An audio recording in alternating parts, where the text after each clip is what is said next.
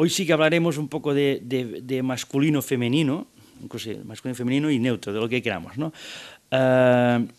Siguiendo un poco donde dejamos ayer la charla, que vimos la formación o deformación, que yo digo, ¿no? del traje masculino actual, ¿no? Como a partir de un momento en que eran perfectamente intercambiables los trajes de un hombre y una mujer, a partir de las túnicas, incluso los tejidos podían ser, o eran el mismo, de hecho los tejidos eran el mismo hasta el siglo XVIII, a lo largo de todo el siglo XVIII, de un mismo tejido de flores, digamos, de un damasco estupendo, de flores se podía hacer, o se hacía tanto además es divertido, pues se hacía el traje femenino, se hacía el traje masculino con su casaca y sus bombachos, y después se hacía el traje religioso, las casullas, porque las casullas del siglo XVIII son del mismo, exactamente el mismo tejido, que podía ser el tejido de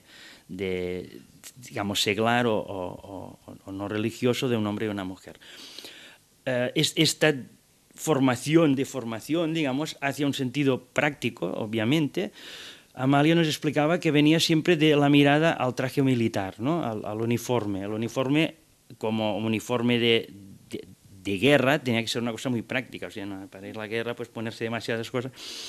Y esta practicidad fue lo que fue configurando el traje masculino hasta llegar al traje actual, que dentro de unas grandes sutilidades, porque yo pienso también tendemos siempre a estandarizar las cosas, ¿no? Decimos, bueno, la indumentaria masculina siempre es un traje negro, gris, de rayas y punto. No, la indumentaria masculina es muchas más cosas, pero sí que ha prevalecido, digamos, una imagen concreta. Y una imagen concreta que es de practicidad, pero también podríamos decir que es de fortaleza y de autoridad, ¿no? O sea, la imagen de la autoridad, digamos, no de lo autoritario, ¿no? Pero sí de la autoridad, sería pues un ejecutivo, es un hombre súper trajeado, con un traje, digamos, la raya diplomática, ¿no? Formal, nada sexualizado, o sea, en comparación a lo que sería un traje del siglo XIV y XV, que era súper sexualizado. O sea, Amalia nos enseñaba como la coquilla de la bragueta, digamos, era casi lo más importante del traje, es lo que hacía al macho, porque si no era un vestido que podía ser igual que el de su mujer. Y después veremos cómo de esta uniformidad, digamos, que sería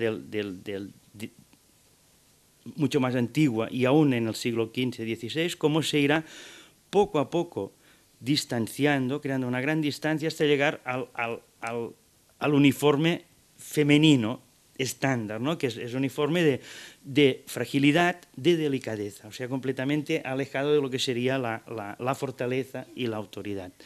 En todo ello, miles de subversiones, ¿no? Pero digamos los estándares, que culminaría, digamos, en el traje femenino por excelencia, que es el traje de novia, ¿no? El traje de novia es la fragilidad máxima, que es muy divertido, porque es una fragilidad máxima que después asusta al hombre, ¿no?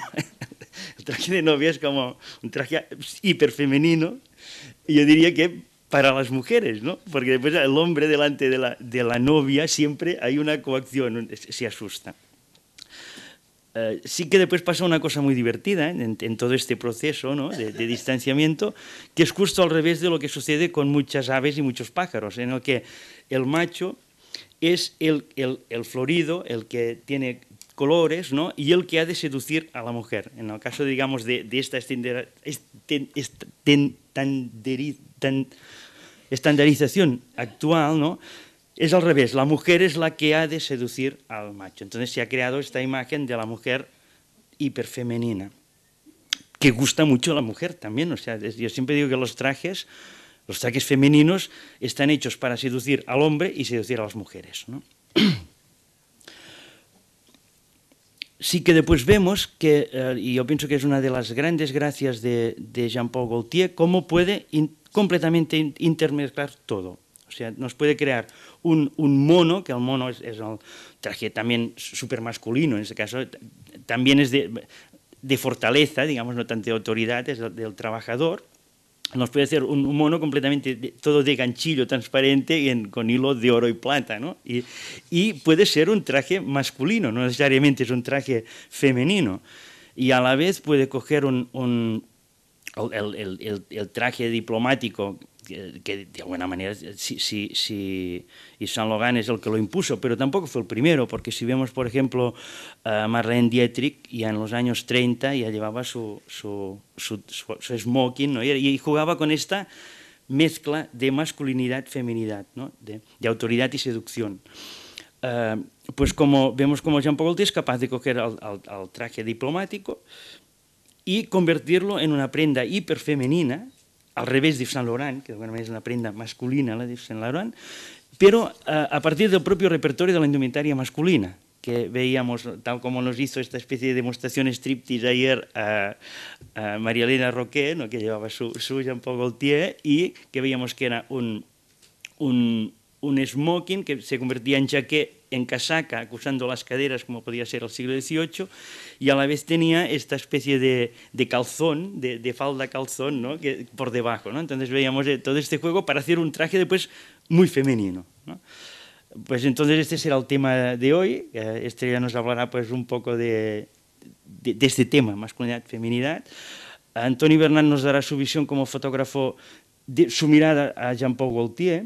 Y después yo pienso que estaría muy bien al final pues generáramos un debate entre todos, ¿no? de explicar qué es femenino, qué es masculino, por qué un hombre con faldas es femenino, por qué un hombre con faldas con Jean Paul Gaultier no es femenino, qué pasa con ser femenino, qué pasa con ser masculino, etcétera, etcétera. Ok, pasamos la palabra a Estrella de Diego. Muchas gracias, Josep. La verdad, bueno, y gracias naturalmente a la Fundación Mapfre por la invitación, sobre todo a Josep en este caso. Y bueno, la verdad es que estoy encantada de estar en esta mesa, no solo porque efectivamente nosotros ya hemos compartido mesa, sino porque comparto mesa con Toni Bernat, al cual efectivamente es como el fotógrafo. O sea, quiere decir que es el referente. Entonces, bueno, para mí es realmente un placer. Y hablando de femenino y masculino, yo me he planteado eso que siempre dice, ella es la que lleva los pantalones, se decía antes, ¿no? O sea, la mujer en casa que mandaba era la que llevaba los pantalones. Entonces, ¿qué es eso de llevar los pantalones? ¿Y por qué es tan importante llevar pantalones o llevar faldas? O sea, ¿qué significa en el contexto general, ¿no? Es la primera pregunta que yo me he hecho. Así que me he puesto a pensar en una exposición que hubo, si no me estoy equivocando, en el año 2002 en el Museo Victoria y Alberto de Londres, que presentaba una muestra donde se recogían algunas de estas contradicciones más flagrantes de nuestras formas de vestir, ¿no? Los que llevan los pantalones, que por cierto ya todas llevamos pantalones, y los que no acaban de llevar las faldas, ¿no? Que la idea del poder de la cual Josep estaba hablando hace un momento. Entonces, aquí he traído algunas en el despliegue de diseñadores muy dispares, ¿no? Kenzo, Westwood, Anna Sue, Vivienne Westwood, Burberry, Gaultier. Aquí he traído algunos de estos modelos.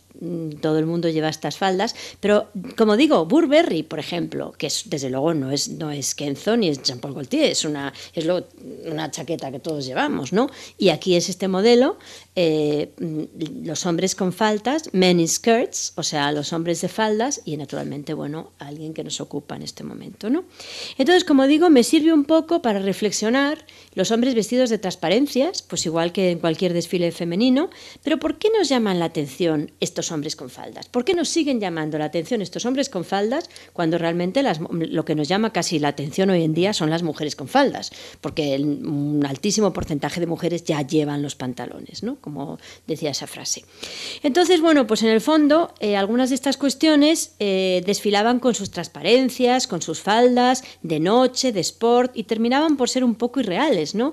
Esas ropas que nadie realmente se pondría. Yo nunca he visto a ninguno de mis amigos ponerse estas transparencias. Bien es cierto que muchos de los trajes de los desfiles tampoco he visto a ninguna de mis amigas ponérselos, pero en fin, ese sería un poco el relato en otro momento, ¿no?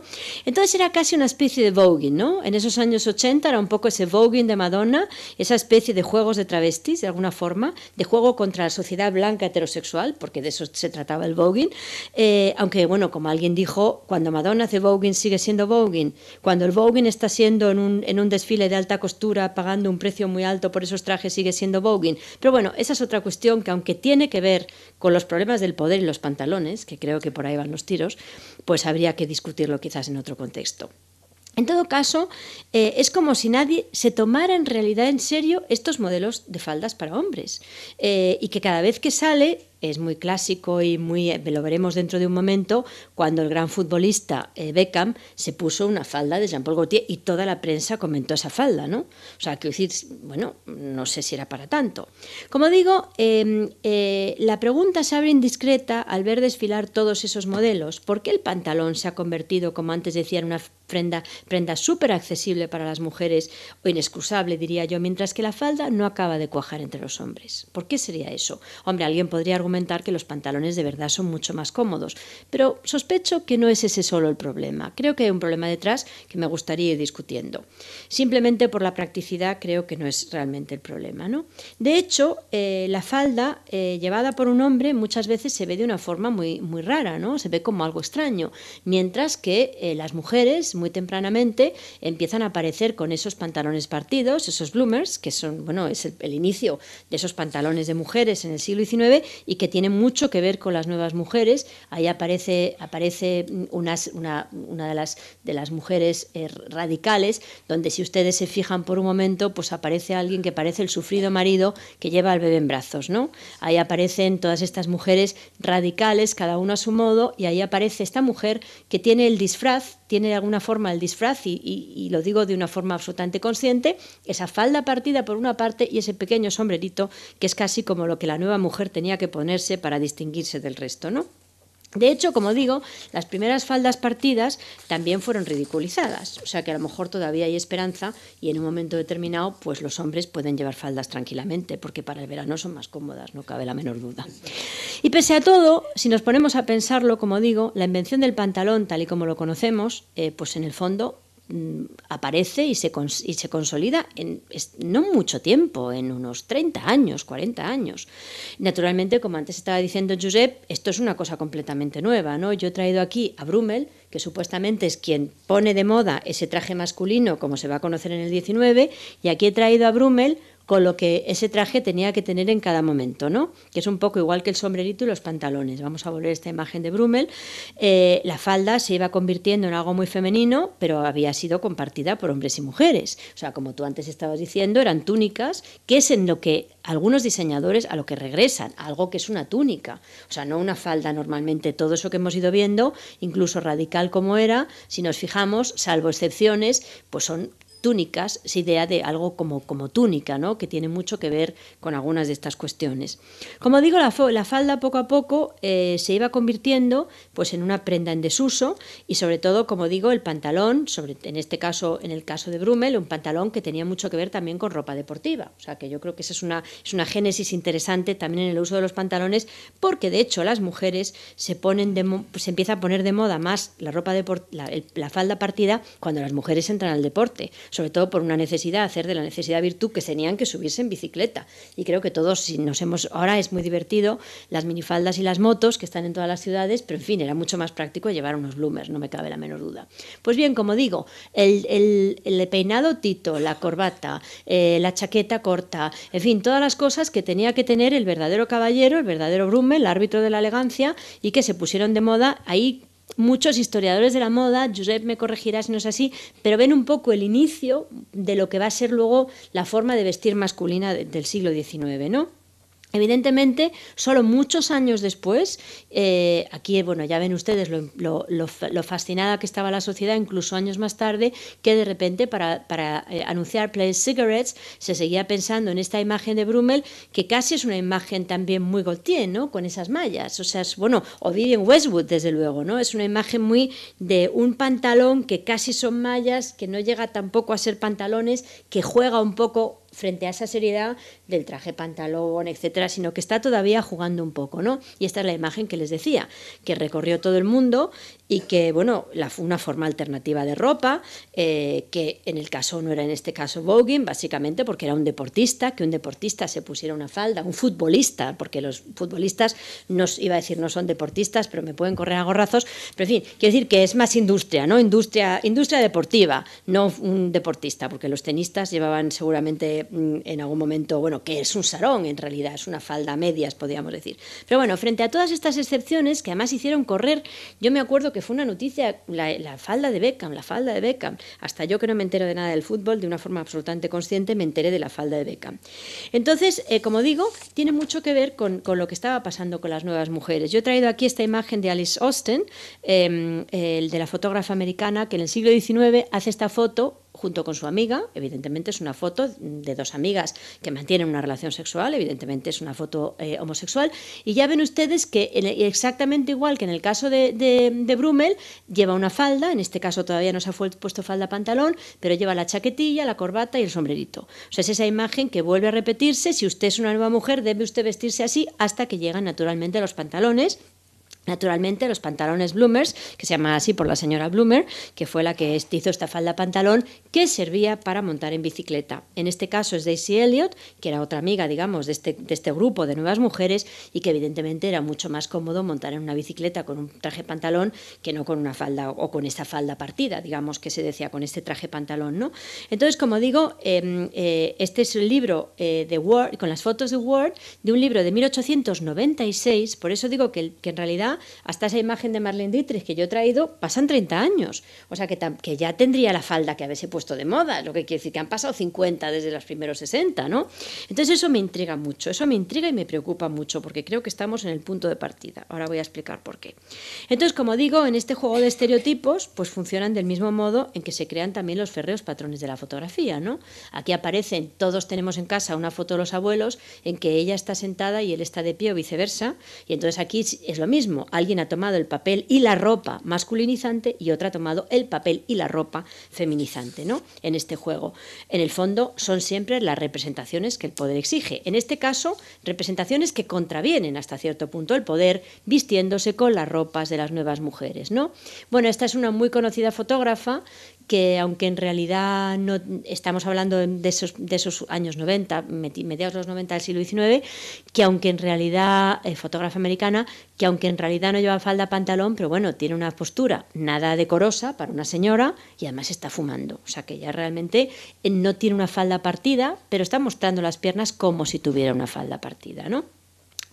En este caso concreto, bueno, toda la iconografía de las ciclistas, con las faldas pantalón, todo lo que las ciclistas y sus faldas pantalón son como juego contra el poder, ¿no? Que yo creo que eso es lo que es realmente interesante. O sea, todo lo que tenía esto de reivindicativo contra esa sociedad que exigía en ese momento que las mujeres fueran de una determinada manera, como probablemente ahora exige que los hombres sean de una determinada manera, porque creo que son estrategias del poder, ¿no? Eso es lo interesante. Aquí aparece, sin embargo, la señora Pankhurst, que es una de las grandes sufragistas, que ya ven ustedes que lleva una ropa, pues hombre, sobria, pero en ningún momento lleva esa falda pantalón, ni siquiera ella, que era una sufragista, o esta otra foto de más sufragistas.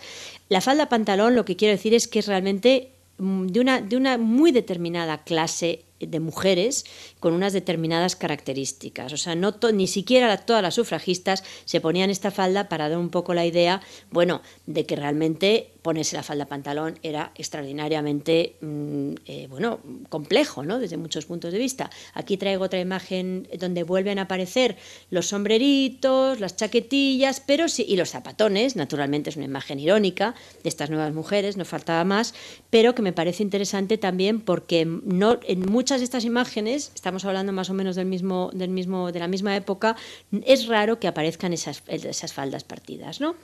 Dentro de ese contexto de las nuevas mujeres aparecen desde luego muchas postales. En este caso, las nuevas mujeres, pues ellas le seduce a él, ¿no? Y aquí nos encontramos con que ella le hace la corte a él. Él es un artista, imaginamos que a lo mejor, bueno, tiene ahí por lo menos imágenes de anatomías y un cuaderno, con lo cual es un artista, etcétera, y ella es la que le corteja, ¿no? Future, cortejo futuro se llama, ¿no? Y es la idea de esas nuevas mujeres que realmente vuelven a tener, en este caso no un gorrito, pero sí tienen como otra vez chaquetilla, en fin, pero no faldas partidas, insisto, ¿no? La iconografía es la iconografía que se decía en ese momento, la del mundo al revés, que fíjate tú, las pobres, ¿no? El mundo al revés, la mujer encima, se decía, la mujer hombruna, la que lleva los pantalones, ¿no? Las mujeres que llevan los pantalones, que se sigue diciendo en momentos actuales.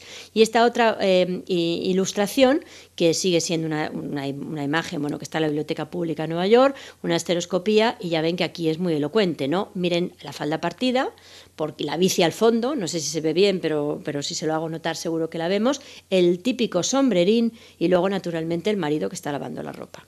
No sé por qué los maridos no tendrían por qué lavar la ropa, pero en fin, estamos hablando de imágenes que ridiculizan esos pantalones partidos de final del siglo XIX, ¿no? Dominio sexual y social, o incluso principio del XX, porque esta creo que es como este tipo de iconografía puede llegar hasta principios del XX. Este juego de papeles cambiados, de ese mundo al revés, que epitomizan precisamente los pantalones, ya han visto ustedes que incluso las sufragistas más radicales, las pobres llevaban sus faldas, no llevaban los pantalones partidos, y estas eran las súper ultra radicales, que además iban en bici. Claro, ir en bici parece una tontería, pero que uno pudiera moverse por la ciudad o por cualquier sitio, que uno tuviera un medio de transporte, eso era muy importante. Lo decía María Bashkirtsev cuando en un momento determinado dice que lo que ella envidiaba más cuando está en París era la libertad de pasear sola. Claro, a aquellas mujeres en bici les cambia la vida. Y ya saben ustedes que a la sociedad en la que vivimos y en la que en ese momento ellas vivían no les gusta nada que a nadie le cambie la vida, ¿no? Por eso también seguramente las faldas en este momento todavía no se han puesto de modas. En todo caso hay un curioso libro de Charles Reid que habla de estas cuestiones, de 1911, que se expresa en la típica línea de la época, en otras cosas haciendo recuento de las androginizaciones femeninas en la historia, desde actrices hasta monjes. Es muy curioso que aquí vuelva otra vez a tomar algunos de esos hábitos que las monjas y los monjes pues van casi vestidos con el mismo hábito. O sea, desde cuando apareció el traje, digamos, masculino, pues había mucha gente como mi abuela que aquello no lo aceptaba. El cura tiene que ir vestido como han ido los curas. O sea, quiero decir que es la idea de que eso que dice Humberto Eco, yo creo que a lo mejor hasta tiene razón, ¿no? Que el hábito hace al monje. Pero el caso es que ahí otra vez se juega con intentar desexualizar, porque evidentemente monjas y curas no deberían de tener sexualidad, básicamente, al menos en la historia que más circula, y entonces, claro, ahí se obvia eso que es la característica de lo sexual, o la falda o los pantalones, ¿no? Entonces, como digo, lo interesante del texto son las anécdotas que habla de ciertas mujeres que se travisten de hombres, que llevan faldas partidas y el pelo cortado a la militaire, dice él, para ganarse la vida. Inmediatamente se nos vienen a la memoria muchos ejemplos cinematográficos donde se vuelve otra vez a jugar esos juegos de travestimiento, ¿no? El libro interesa no solo porque no se limita a la crítica del mundo contemporáneo, porque habla de la crítica del mundo contemporáneo, sino porque enfatiza la necesidad que lleva a Kate a disfrazarse de hombre para ganarse la vida. O sea, es la idea de que las mujeres intentan vestirse de hombre porque de esa forma se les tiene más respeto. O sea, si uno de repente llega a dar una conferencia, no ahora, evidentemente, pero pongamos en los años 50, vestido con un maravilloso traje de Dior de noche, pues probablemente pierde credibilidad ante la audiencia, ¿no? O sea, si yo llegara con una maravillosa Pamela, pues a lo mejor perdía credibilidad. No sé si la tengo en cualquier modo, pero bueno, es igual. Entonces, esa es naturalmente una primera impresión, y solo una primera impresión, ¿no? Una debilidad pasajera, porque inmediatamente encuentra al hombre de su vida, se quita la falda partida, se deja crecer el pelo y todo acaba muy bien. Pero hay una ironía un tanto ácida y dice, además, una época que ha inventado la falda partida no debería ser muy estricta con la androginia. Los sexos, como las clases, tienen tendencia a fundirse y tomar las diferencias unos de otros. El pelo de Fred, corto, en 1860 era un ultraje y las ovejas se lo dijeron. En 1863 las Kate que uno encuentra tienen el pelo rapado a la militaire. A la velocidad que progresa la androginia, pronto habrá que ampliar las restricciones. Las mujeres no pueden casarse con su abuela. Hasta aquí la idea de Reid, ácida, pero muy de época, por otra parte. 1911. Aparte de la iconografía de hombres para hombres, bueno, aquí aparece otra vez la misma iconografía. Ven ustedes que se repite, el marido que lava, la mujer vestida y leyendo el periódico. En un momento determinado, aquí están otra vez en Washington Square, New York, todas las mujeres que protestan, y ya ven ustedes que vestidas muy discretas, ¿eh? O O sea que la cosa es así. Como digo, además, naturalmente todo esto él tenía en la falda pantalón como hilo conductor, podríamos decir. Tanto es así que cuando Mussolini quiere feminizar a las mujeres por motivos obvios, prohíbe la falda pantalón, argumentando algo que nadie se cree, y es que decía que se gastaba mucha tela. O sea, quiero decir que nadie se podía creer eso, pero en fin, como idea, como excusa, pues bueno, no está mal, ¿no? Por lo menos lo ha intentado. Entonces, como digo, suelen aparecer los atuendos de mujeres ligados naturalmente a una clase que normalmente son además una clase intelectual, o sea, muchas de estas mujeres naturalmente eran una clase intelectual que iban de avanzadilla y que naturalmente, bueno, pues a partir de muchos de estos trucos lingüísticos del poder que se cristalizaban pues en todas estas puestas en escena, etcétera, las mujeres en los 30 pues se empiezan a vestir, estas Marlene Dietrich naturalmente, se empiezan a vestir con esos famosos pijamas, ¿no? Que llamaban, ¿no? Que eran en muchos casos trajes de corte absolutamente masculino, jugando precisamente a ser sexy a través del traje masculino. O sea, probablemente la idea de que en un momento, por ejemplo, como Weimar, en que realmente hay primero muchísima homosexualidad, segundo muchísima androginización, pues la idea es que, lo explican los sociólogos, cuando después de la Segunda Guerra Mundial los hombres vuelven de las trincheras, también un poquito sui generis la explicación, pero bueno, en todo caso, no quieren encontrarse a esas viejas mujeres. No solamente las mujeres han cambiado mucho porque la guerra ha hecho que se pongan a trabajar y claro, según cómo uno no puede llevar la misma ropa si tiene que levantarse a las 8 de la mañana que si uno se queda en casa aunque sea haciendo las tareas, y entonces ahí hay un juego. Y por otra parte los hombres, acostumbrados durante la guerra a vivir en las trincheras, tampoco quieren esas viejas mujeres, ¿no? Entonces empieza a surgir este personaje, que yo he traído aquí esta imagen maravillosa de Josephine Baker, que vuelve otra vez Josephine Baker, la reina del disfraz. Por disfrazarse se disfrazaba hasta de negra, porque no era suficientemente negra y se pintaba la cara, imágenes maravillosas. Yo creo que este es un personaje absolutamente fascinante, con esta ropa de hombre que en un momento determinado pues tiene, como digo, que ver con todos estos pijamas, ¿no? Y sin embargo, aunque los logros acaban por funcionar, pues las primeras feministas de los años 80-90 pues tardan mucho en ponerse de moda, ¿no? De ponerse de moda entre mucha gente, podríamos decir, ¿no? En el fondo, esas nuevas mujeres que vamos encontrando al principio del siglo dan sus frutos solo en estos años 30 y otra vez dentro de un contexto que yo diría que es absolutamente privilegiado de ciertas clases en el poder, ¿no? Aquí nos encontramos otra vez una imagen típica del cine en que vuelven a jugar estos dos papeles, ¿no? Digamos que se polariza muchísimo los papeles de lo femenino a través de la ropa, que es lo que me parece interesante. La que se viste masculina, con ese pelo a lo garzón, esos gorritos, esa imagen, la corbata, y la que es ultra femenina, que es esa dicotomía clara entre las mujeres, que no aparece de una forma tan obvia en los hombres y se aparece nunca vehiculizada por la falda, que es lo que me parece que es muy curioso. O sea, toda la androginia masculina, incluso el voguing, hay pocas faldas en el voguing para las que tendría que haber habido, ¿no? Vuelvo otra vez a hablar de Alice Austen, hablando de las nuevas mujeres. Miren este retrato fascinante, que yo no me canso de hablar de él porque me parece interesantísimo. Esta es ella en el jardín de su casa, con dos amigas disfrazadas de hombres, ¿no? Van las tres disfrazadas de hombres. Y esta es ella disfrazada de mujer. La idea es que siempre vamos disfrazados, ¿no? Nos pongamos lo que nos pongamos, siempre vamos disfrazados. Y entonces me parece que ella lo deja muy claro, además es muy divertido porque es casi como un diario, es muy precisa en todas sus fotos. Bueno, son fotos que se han ido recuperando después de que se pusiera de moda pues la androginia, sobre todo en los años 80 y a través, digamos, de ese revival andrógino de los 80.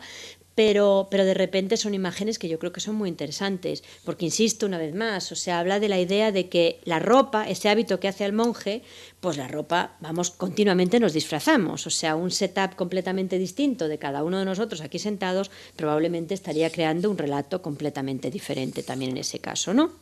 Como digo, en este caso es muy esclarecedor y esa imagen pasa al siglo XX. Aquí tenemos una imagen de August Sander, del gran fotógrafo alemán, y nos volvemos a encontrar con lo mismo. O sea, las nuevas mujeres se camuflan a partir de ese gorrito que han heredado de las nuevas mujeres de final del siglo XIX y luego una especie de guardapolvos, ¿no? Pero incluso cuando las mujeres se convierten en más, este es Boldini, bueno, es un artista italiano, y cuando las mujeres se convierten en más femeninas, porque nadie podría decir que esta elegante mujer no es femenina, ahí aparecen dos reductos de esas nuevas mujeres ultra peligrosos, ¿no? Por una parte el sombrero y por otra parte los libros, que también son muy peligrosos, ¿no? Pero ahí el resto pues parecería más o menos impecable. Entonces, como digo, todo esto se hereda de las mujeres, y la falda pantalón siempre como algo que está ahí como, bueno, como la falda pantalón, la casaca, el tipo de traje masculino, ese traje de chaqueta que yo creo que también ahora es un traje ultra elegante y que todas llevamos, pero que también tiene su idea, o sea, su génesis la tienen los trajes masculinos, una vez más, ¿no? Entonces, como estaba diciendo, bueno, esta es una imagen que me parece también curiosa. Estamos hablando de los años, del año 34, de la vie parisienne, y aquí vuelve a aparecer un poco la misma idea que decíamos antes, ¿no? La mujer ultrafemenina, la mujer masculina, en este caso otra vez el pelo de bobs, o sea, la idea del pelo de garçon, la idea del traje masculino, el traje de chaqueta con la corbata, es algo que se repetirá a lo largo del siglo, ¿no? Pero, insisto, siempre con faldas, o sea, los pantalones se quedan para las más radicales todavía también en el siglo XX, ¿no? Esta es Mamen, que es una artista que se centra sobre todo, un dibujo de esta artista, que se centra sobre todo en las representaciones propias y en la de sus amigas, también como nuevas mujeres. Estamos ya hablando, pues naturalmente, del mundo Weimar, estamos ya hablando del siglo XX muy entrado, ¿no?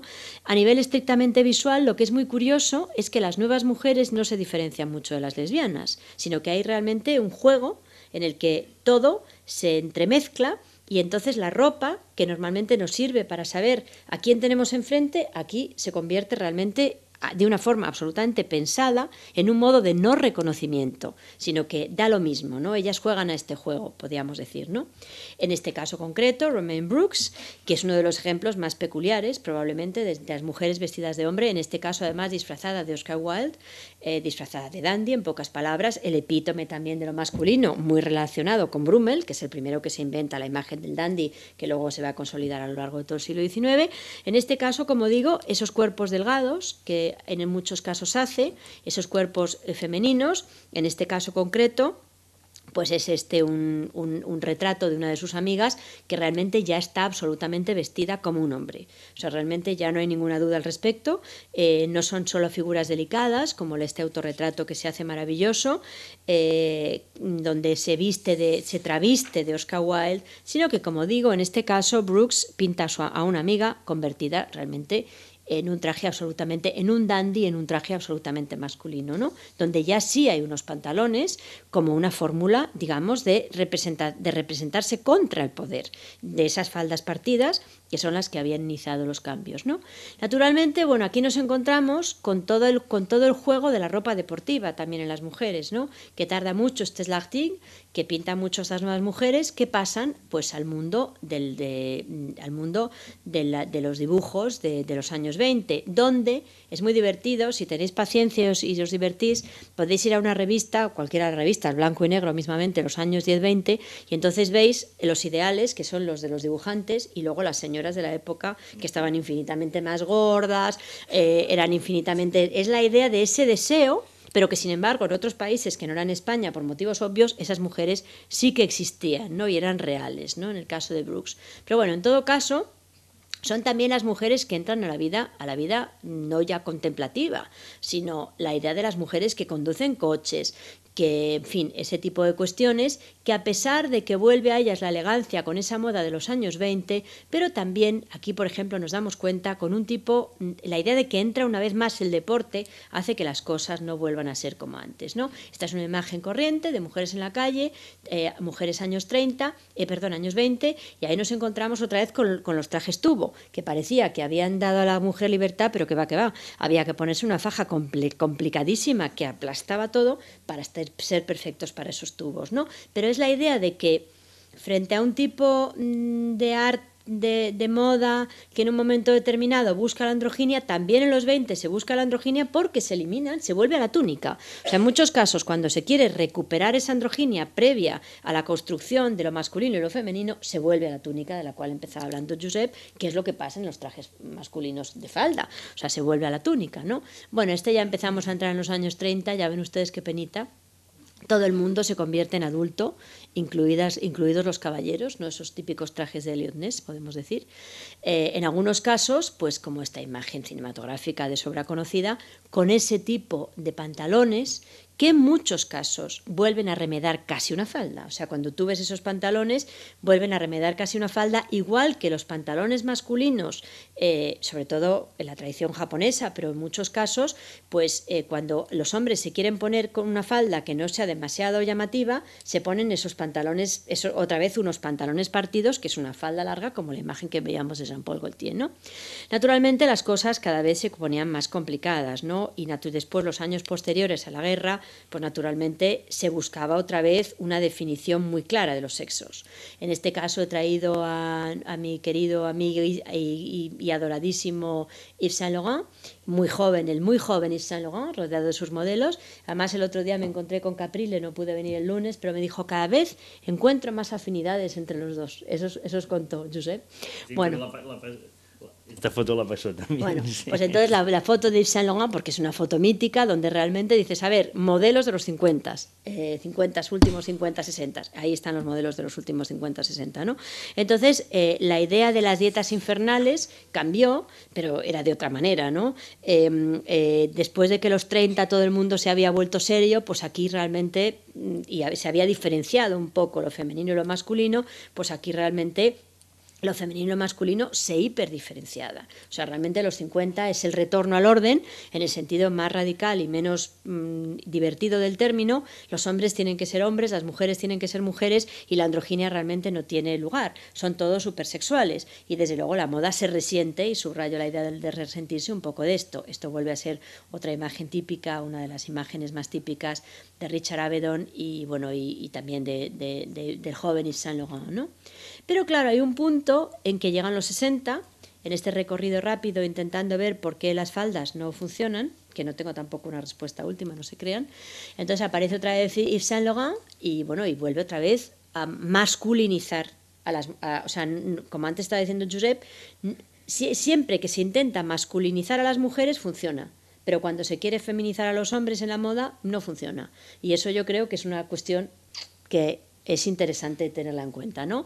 Entonces Yves Saint Laurent está con su hermana, crea esas arianas, que fueron la moda, ahora también es algo completamente incorporado a nuestro atuendo, pero que en ese momento rompieron realmente los moldes y retomando todo lo que habían hecho, lo que había ocurrido con Marlene Dietrich, etcétera, etcétera, la idea de estos trajes sastre, que luego desde muchos, o sea, trajes sastre, trajes smoking en muchos casos, que son los que son también el germen de esos trajes de chaqueta que son los que todo el mundo se pone por la mañana para ir a trabajar, o sea, un pantalón. Entonces, como digo, todo iba cambiando después de esa imagen represiva de la moda, de esa hipersexualidad, pues de alguna forma se volvía a estas otras imágenes, como en el caso de Yves Saint Laurent, ¿no? Pero vamos a regresar un momento a las faldas, ¿no? Esta imagen que tengo yo aquí no de Yves Saint Laurent, sino de esta especie de falda como parte de ese voguing, ¿no?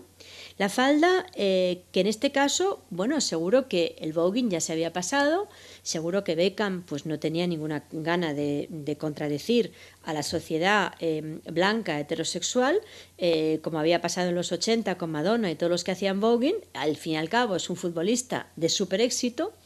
Entonces, ¿por qué se pone una falda, ¿no? ¿Qué es lo que yo en un momento determinado me pregunto? Bueno, yo creo que en el caso de Beckham está claro, ¿no? Porque quería llamar la atención, porque es un hombre que vende su producto, su imagen como producto, eso me parece obvio. Pero eso no me preocupa, porque la verdad es que lo que haga Beckham creo que no nos importa a nadie mucho, francamente. Pero, ¿por qué un hombre con una falda en los años 2000 sigue siendo algo para comentarlo, ¿no? ¿Por qué sigue siendo algo para comentarlo cuando ya se ha visto que en los años 60 había algunos diseñadores que se aventuraban a ese mundo de los hombres con faldas, ¿no? Entonces, como digo, la falda, de alguna manera, para mí es ese gran enigma y seguramente no triunfa pues, o sea, no triunfa como prenda porque la idea del pantalón como poder está absolutamente metida en la sociedad y nadie quiere abdicar de su poder.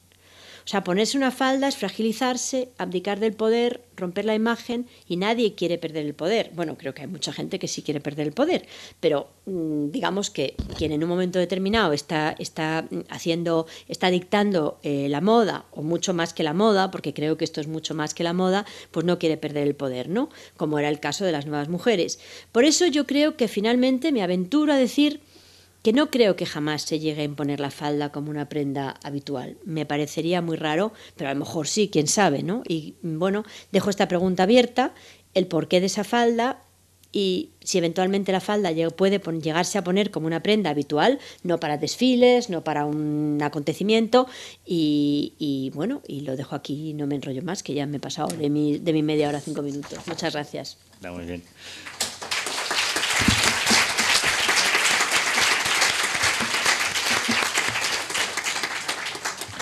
Yo pienso que ahora este tema lo retomamos, pero Toni Bernat nos había preparado un poco su visión sobre... No, mira, me ha encantado ver la historia de la moda en este rato, porque, claro, he comprobado el shock que representa la moda, o sea, me ha apasionado. Hay fotos maravillosas, otras mejores, otras un poco peor, pero lo que es bonito es ver el cambio, ¿no? O sea, veo que nos fascina el cambio. Y entonces yo creo que la falda del señor Beckham es debido a su mujer. O sea, detrás de la falda está la señora. Claro, porque coquetea con la moda y entonces pensó cómo epate al mundo.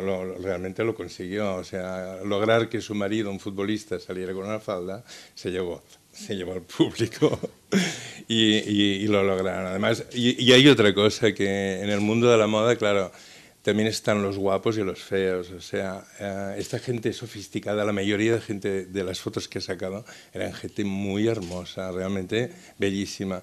Por ejemplo, los muchachos primeros que han aparecido con faldas eran realmente atractivos. Es decir, recordaban a estos ricos de la época de Versalles, ¿no? que se disfrazaban como pájaros. Esos chicos con las faldas, además la ropa era tan bonita que te los mirarías, pero yo creo que en vez de escándalo sería de admiración, ¿no? Porque la belleza siempre nos choca tanto, es tan agradable ver. Y bueno, a mí Vivienne Westwood me parece lo más. O sea, y bueno, después de todo lo que hemos visto en la exposición está increíble, veo que Jean-Paul Gaultier ha arrasado con todo, ha sido el posmoderno, pero no ya de los últimos tiempos, sino de todas las épocas, ¿no? Ha jugado con todos los artilugios, con todo lo que puede adornar, distraer, volver atrás, volver hacia adelante. Y realmente la sucesión de imágenes que hemos visto pues es continuamente ir y volver y tal. Luego también lo de las faldas, que realmente es muy curioso. Cuando ves fotos antiguas siempre ves que los niños masculinos llevan faldas, no sé exactamente hasta qué edad, pero siempre, yo me acuerdo cuando veía fotos antiguas me chocaba mucho cuando era niño, porque no sabía nunca si era un niño o una niña y decían, no, este es el Jaumet o el Paco, y entonces los veías vestidos de muñeca y te chocaba muchísimo. Y ayer yo bajaba por la calle a Santaló y vi dos muchachas que andaban juntas andando por la calle y me paré a mirarlas, porque había una que llevaba faldas y era tan atractiva. O sea, no es que fuera quiero decir, no era escandaloso, pero su elegancia. Y me paré, que si nunca lo hago, ¿no? Pero dije, uy, una chica con falda, y me gustó tanto que pienso que el secreto de la moda es esto, esta búsqueda incesante de querer gustar, y también veo que hay un juego erótico entre la pareja que te obliga a hacer, no sé, que te exige también, ¿no? En la exposición veo que no están unos trajes que hay en el catálogo de Jean-Paul Gaultier, que es maravilloso, el catálogo es algo fantástico, aunque la exposición es deslumbrante, que es, por ejemplo, un impermeable que es para dos, que tiene muchísima gracia. Es decir, llueve, pues la pareja se pone un una gabardina o algo así, ¿no? Y los dos están dentro, que es divertido como idea. Luego también hay una pareja de novios que utilizan el mismo velo, es decir, los dos están bajo el velo de la novia, sirve también para el novio. Una idea muy graciosa. Y claro, dando vueltas a lo que tú dices, disfrazarse es cierto, es una cosa que nos encanta, todo el mundo se disfraza, es que incluso yo creo que los animales también se disfrazan, no sé. Y como fotógrafo tengo que decir que viendo esta exposición, que me ha maravillado, me ha parecido algo, porque yo había recibido el catálogo pero no había visto la exposición, es que lo único que, o sea, es tan fantástico la obra de este hombre que siempre pienso que te tendrías que acercar con la cámara para poder regalarte y coger toda la esencia de la costura, del bien hacer, de este patrimonio maravilloso de las cosas bien hechas, de esta cantidad de generaciones que han pasado y que son capaces de transformar los cuerpos, tanto del hombre como de la mujer, con tanto arte. Y siempre buscando cosas distintas como para gustar, etc. Entonces, las fotos, hay algunas maravillosas de fotógrafos de moda que dan el pálpito de la moda, etcétera, pero claro, no se recrean en la exquisitez del trabajo de los artesanos, que me ha parecido algo impresionante. Es que hay verdaderas joyas, o sea, trajes de plumas que parece imposible, como pieles de cocodrilo, cómo están todo engarzado. Es una maravilla poder ver esto y hay que agradecer a los que han puesto esta exposición en funcionamiento. Y bueno, yo tengo una experiencia personal con Jean-Paul Gaultier, que era con Judith Mascot, que era una niña que yo conocí que debía tener 16 años y trabajábamos mucho con ella. Era una chica dulce que servía para hacer cosas de pura lana virgen, estas fotos que se hacían, que se buscaba siempre una imagen un poco inocente, con clase, etc. Y ella lo abordaba porque lo hacía muy bien. Pero entonces un día teníamos que hacer la portada para una revista y como siempre pasa, la estilista lleva varias opciones para vestir a las chicas. Y entonces la probábamos y tal, y había un traje que se quedaba siempre ahí, que era de Jean-Paul Gaultier. Entonces la estilista quería sacar este traje porque le parecía fantástico. Y nosotros nos entreteníamos con otros. Entonces Judith estaba muy mona, pero al final dijo, déjame poner el traje de Jean-Paul Gaultier. Se lo puso y el cambio fue rotundo. Es decir, ríete de las que se disfrazan. O sea, la transformó de pies a cabeza. O sea, era la niña esta tan mona y tal. Tenía en aquel momento 20 años, porque lo miré una foto de él, 80. O sea que hace muchos años. Y nos quedamos... Y entonces ella, claro, como estaba acostumbrada, que siempre la hacían hacer roles de niña, se vio tan guapa, tan sexy, que empezó a contornearse, a posar de una forma tan mágica, cómo movía el pelo, etc. Entonces las fotos fue un antes y un después, o sea, la moda la transformó, se vio guapísima y fue un éxito la foto, porque nunca habíamos visto una Judith Mascot en este papel. ¿Y qué más? Porque claro, me ha gustado, yo lo que disfrutaría es volver a ver las fotos, pero bueno, no. Que no cunda el pánico. Te diré que cuando ha salido Marlene Dietrich era para quitarse el sombrero. O sea, es que hay cosas. Katharine Hepburn es que es muy fuerte. O sea, claro. Y bueno, y luego podemos contar lo de las guerras que tanto han influido en la moda. Cómo es necesario que, por ejemplo, los hombres, los diseñadores acostumbran a querer ver bonitas y bellas a las señoras. Siempre la obsesión. Dior, cómo las convirtió. Bueno, esta foto de Yves Saint Laurent, que claro, su maestro era Dior, ¿no? Que convirtió a las mujeres en flores, o sea, en forma de corola, les dio la vuelta y de la cintura para abajo salía una flor. Volviendo a esta idea del volumen exagerado que había pasado de moda. Luego también Courrèges en los años 60 les pone unas minifaldas imposibles, unos shorts también tremendos que No podían ir en bicicleta con aquellas mini. Pero estaban creadas como para ir a la luna, ¿no? Es que, claro, los creadores siempre se sugestionan de lo que ocurre, ¿no? Sean guerras o sean descubrimientos. Nadie ha hecho un traje dedicado a la penicilina, por ejemplo, pero bueno, cuando se fue a la luna, ¿no? Pues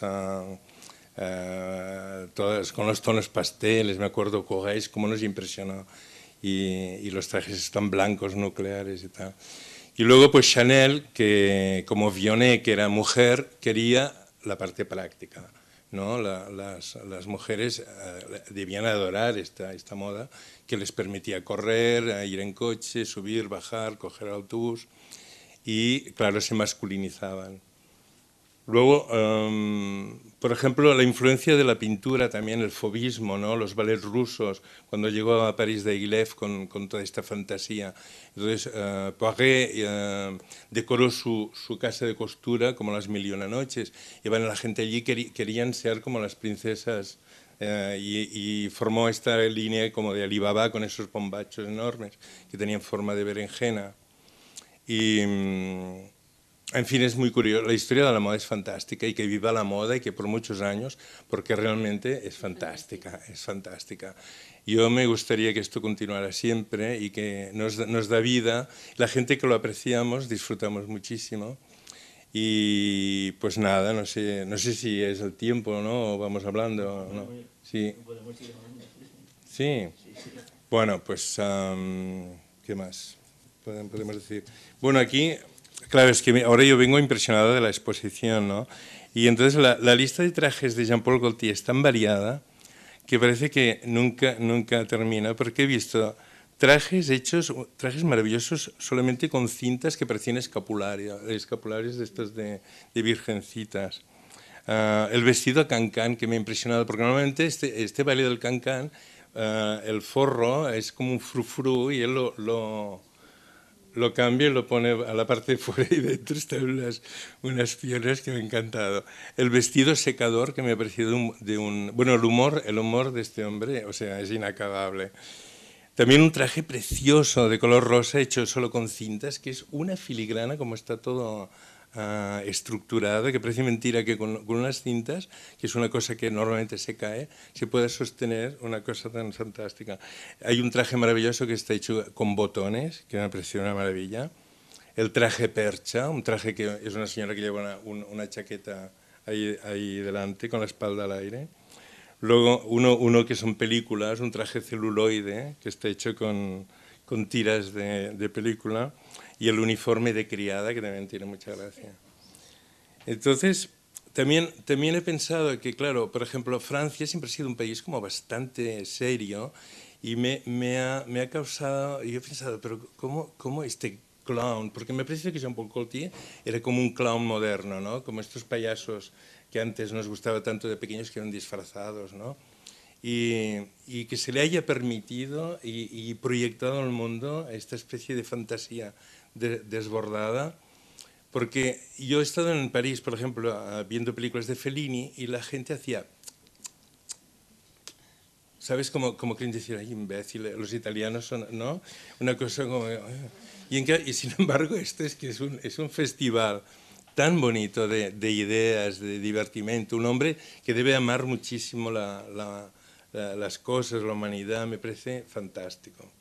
Me ha gustado mucho también del catálogo la dedicatoria que hace a sus padres, el agradecimiento a su abuela, el haber reconocido en él que debía tener un talento especial y cómo le apoyaron.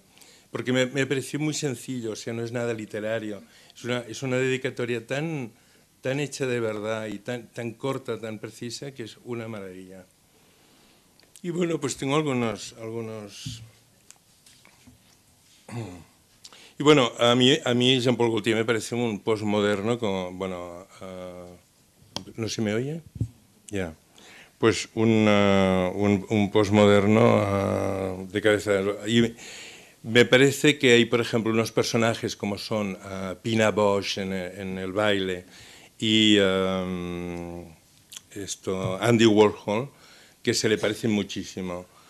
Pina Bausch es una mujer, yo no sé si conocéis sus coreografías y tal, pero es increíble la capacidad de observación de la raza humana, cómo coge los detalles, cómo se fija en los tics, a veces parecen sacados de un manicomio, como hace Jean-Paul Gaultier, que a veces también parece un insolente o un descarado, un maleducado. Tiene todas esas facetas, es refinado, es culto, pero también es como un medio loco, ¿no?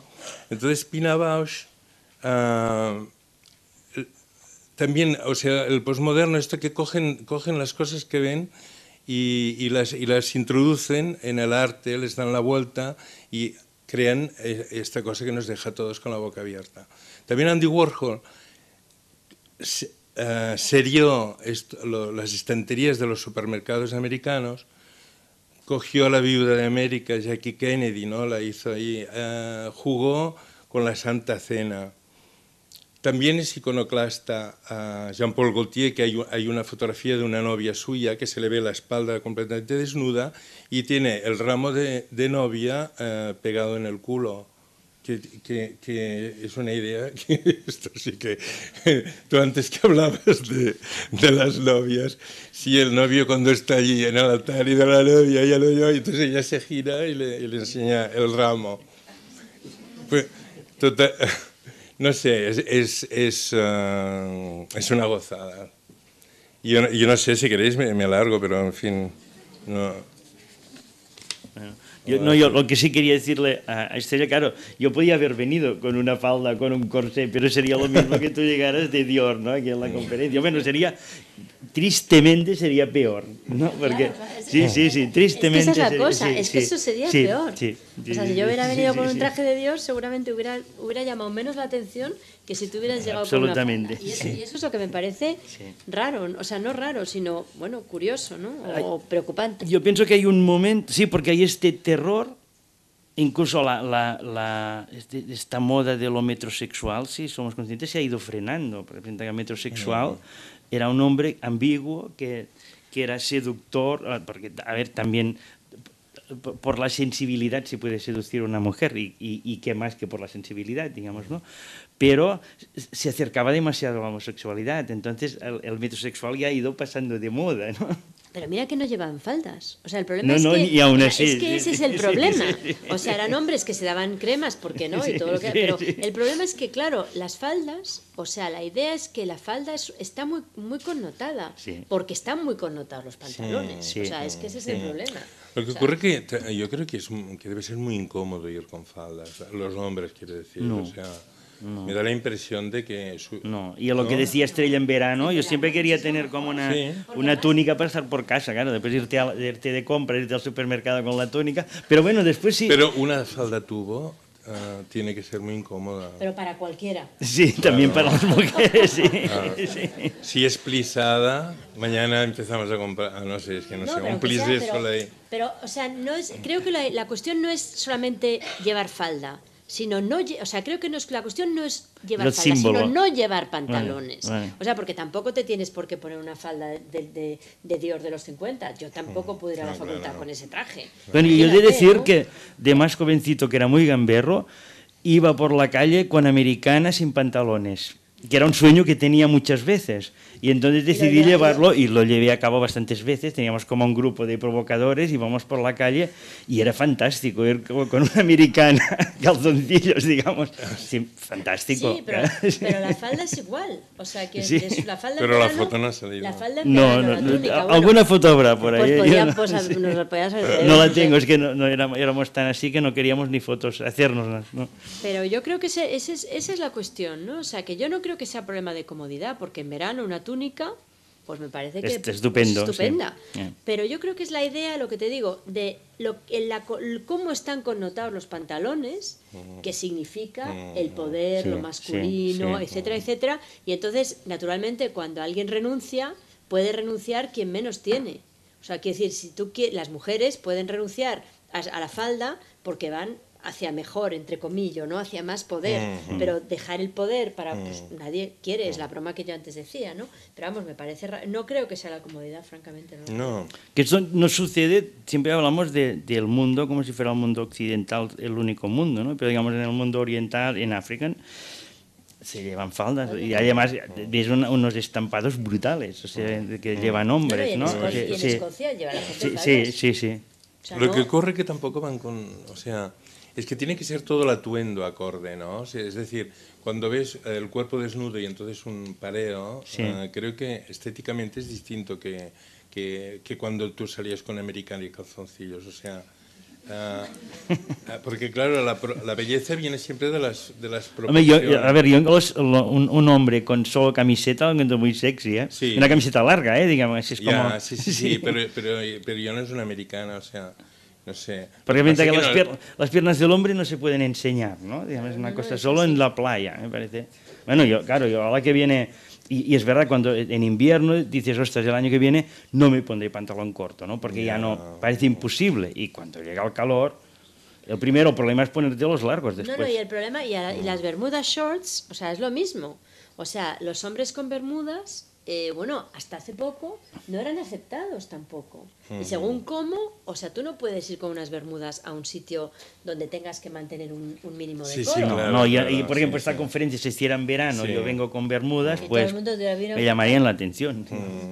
Bueno, al menos llamaría la atención. O llamaría, sí, igual aquí en esta casa. Lo que es muy fuerte es la foto que ha sacado de un hombre de color con un calzoncillo blanco transparente. Sí, fantástica. Este es muy fuerte. Sí, este es fantástico. Eran todos de ¿cómo se dice? Sí, eran esta todos es tremenda, la verdad. la exposición de la exposición Men in Skirts, ¿no? No me acuerdo. Pues está bien. Bueno, no me acuerdo de quién era este traje. Pero vamos, eran todos pues diseñadores. No sé si era es que no me acuerdo. La verdad es que hay que ser muy valiente para salir así a la calle. Bueno, pero bueno, es igual, pero es igual que las transparencias femeninas, que tampoco nadie luego se las pone. No, claro. O sea, están en los desfiles, pero mientras que una transparencia femenina es políticamente correcta, una transparencia masculina es como o sea, es gay y no tiene por qué. Perdón. Yo pienso que esto es muy claro, que sea lo que se considera femenino, digamos, que así se considera femenino, si se lo pone un hombre, representa que necesariamente ha de ser gay o ha de ser una loca, ¿no? Que precisamente la gracia de Jean-Paul Gaultier es que puede hacerlo sin que, claro, coge unos, como tú decías, de la belleza, los bonitos y los feos, ¿no? Claro, te coge unos tipazos que se pongan lo que se pongan, pero no son nada convencionalmente femeninos, digamos, así, ¿no? Lo que pasa es que yo pienso que hay un momento, pero ahí está este miedo, digamos, de lo convencional, ¿no? de la internacional convencional, a esto que el hombre pierda masculinidad, poder, digamos, ¿no? Icono masculino, digamos, masculinidad, ¿no? Porque un hombre se ponga una falda, pues deja de tener niños, digamos, ¿no? Pero a partir del 68... y al 70, 72, o sigui, un momento de una absoluta androginidad. No, es la moda, la moda. ¿Y qué pasa con el hecho de que decimos, yo vengo ahora con corsé, todo el mundo encontraría muy raro, pero si yo fuera con corsé y, no sé, la mitad de la sala fuera con corsé, no pasaría nada. Bueno, ¿no? porque Y después hay lo que es la costumbre. Claro, o sea, normal es lo que dicta la norma. Claro. Porque yo me acuerdo, cuando yo, por ejemplo, antes de la historia de la americana y los calzoncillos, pues me dejé el pelo muy largo. Claro, yo debía tener 15 años. Entonces, a 15 años, con el pelo muy largo, pues era absolutamente andrógino, hasta el punto que me silbaban los albañiles, cosa que me cabreaba muchísimo. Y además no me salía bigote. Y después yo me acuerdo que empecé a teñirme el bigote para que vieran que era un hombre, ¿no? Que dejaran de una puñetera vez de silbarme. Pero mi padre estaba absolutamente enloquecido con el pelo largo, ¿no? Se volvió loco, ¿no? No, claro, pero es que son convenciones culturales, y yo creo que efectivamente la ropa es la primera convención cultural. Sí, o sea, sí, por sí. eso yo antes estaba hablando del cambio que hay de paradigma, el de repente cuando los sacerdotes cambian su traje por un traje, digamos, al uso masculino, y entonces todo el mundo se queda un poco preocupado porque aquello no es lo que convencionalmente se espera, ¿no? Y igual porque de repente que lo sexualiza, que es curioso, claro, ¿no? claro, Cuando de repente que lo sexualizaría más la falda, pero bueno. Claro, entonces eso me parece, ese tipo de juego me parece personalmente... Pero cuando vas al cole con los curas te choca mucho que vayan con la sotana, ¿eh? O sea, lo ves como una cosa muy chocante. Porque es una indumentaria muy fea, o sea, claro, precisamente no pasó por la moda, digamos, expresamente, ¿no? No, pero sobre todo choca, o sea, chocaba más que de repente aquel uniforme como se hubiera sexualizado. Sí, claro. O sea, aunque en realidad lo que chocaba pues es que, digamos, que llevar algo que era un atuendo, pues bueno, andrógino a su manera, como era andrógina la historia de la moda hasta que se sexualiza, ¿no? Total. Y una cosa, Estrella, tú que eres tan experta, por ejemplo, los trajes regionales, que siempre son el hombre con pantalón y las mujeres con esas faldas y tal, ¿cuándo se define el traje regional de los países? Porque normalmente hay como unos cromos o unas fotos que representan de todos los países el traje regional. Que siempre es el mismo modelo, o sea, ahí no hay fantasías ni juegos eróticos, digamos, es una cosa muy curiosa. Pues yo creo que es también, en la mayor parte de las veces, yo creo que es una invención también del 19. 19. Es el 19. Sí, cuando el se 19, inventa toda la... Es 19. O sea, es muy curioso, sí, las faldas voluminosas, ¿no? Casi siempre es la cintura estrecha y las faldas grandes y los atuendos varios y tal. Pero si tú te fijas, los hombres siempre con traje Brummel, o sea, traje 18. Sí, con el pantalón a la rodilla, ¿no? Sí. Y la media, sí. Pero bueno, sí, es una invención decimonónica, porque también es cuando se inventa casi la idea de la identidad regional, ¿no? De alguna manera. O sea, que vienen de ahí. Digamos, por ejemplo, en Turquía tú hablabas de faldas plisadas, los bailarines turcos. Sí, es muy bonito, ¿eh? Y representa que no son nada, entre comillas, femeninos. No, y bueno, claro, y si tú ves, por ejemplo, muchos de los trajes típicos japoneses masculinos son esas superfaldas. Precioso, esas superfaldas muy Gaultier, por cierto. Sí, maravilloso. Yo pienso que en Oriente es la influencia de Occidente, en este caso, que ha pervertido a Oriente en el sentido esto de la separación de... Sí, no, porque tú mira, por ejemplo, perdón, vamos todos a... por ejemplo, mira Saudi, o sea, los países más ortodoxos, pues hombres y mujeres van vestidos iguales, ¿no? O sea, todos llevan como una especie de bueno, sí. Y en cambio pueden ser muy machistas. O sea, y luego y ahí es muy divertido, porque de repente las mujeres, por ejemplo, en un país como Kuwait, llevan siempre como ese traje unisex, ¿no? esa túnica unisex, y de repente se quitan, cuando están solas, se quitan y ahí aparecen todos los Gucci, Tucci, Pucci, o sea, todas van como super Prada, o sea, lo último es muy divertido, ¿no? O sea, esa idea, las joyas, digamos, las super joyas, o sea, debajo de ese aspecto absolutamente normativo, de repente aparece todo el mundo todo el mundo occidental que vive debajo de ese aspecto normativo, ¿no? Hay una foto preciosa en el catálogo de la exposición que se ve un traje que es mitad hombre, mitad mujer, que es una maravilla. Bueno, es la chaqueta esta de hombro muy ancho, con la solapa ancha también, pero entonces se desdibuja y hay una pierna que está hasta abajo, como sería un hombre. Y entonces la falda, ¿no? Pero está tan bien hecho que es precioso porque es como un milagro, parece que sea un dibujo animado.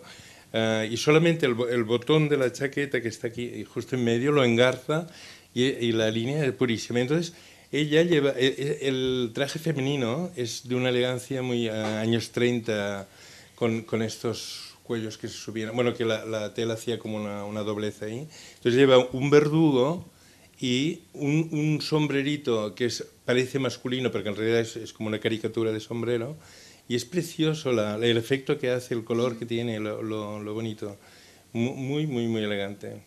Bueno, Tony todo el rato está hablando de algo que no tiene que ver con lo masculino y lo femenino, pero que yo creo que es fascinante, y es que dice continuamente lo bien hechos que están los trajes de Gaultier. Es que es y creo que la mayor parte de nosotros, bueno, a mí porque mis amigos expertos en moda, diseñadores, etcétera, me han hecho siempre, bueno, modistas, me han hecho siempre mirarlo. Pero esa idea de que el común de los mortales no nos fijamos en lo bien cosidas que es están las increíble, cosas. está hecho por los ángeles. Y eso yo creo que es algo que ahí se ve perfectamente la factura. Y es parte, digamos, yo pienso que el hecho de que el vestido es tan fabuloso que trasciende esta idea de que es masculino, que es femenino. Y es un objeto, bueno, especial, ¿no? Un objeto hecho con amor, un objeto hecho... Y lo transmite totalmente. Entonces yo creo que ya digamos que el resto son cosas añadidas. O sea, que probablemente si yo hubiera llegado con un traje de Chanel, hubiera triunfado esta tarde.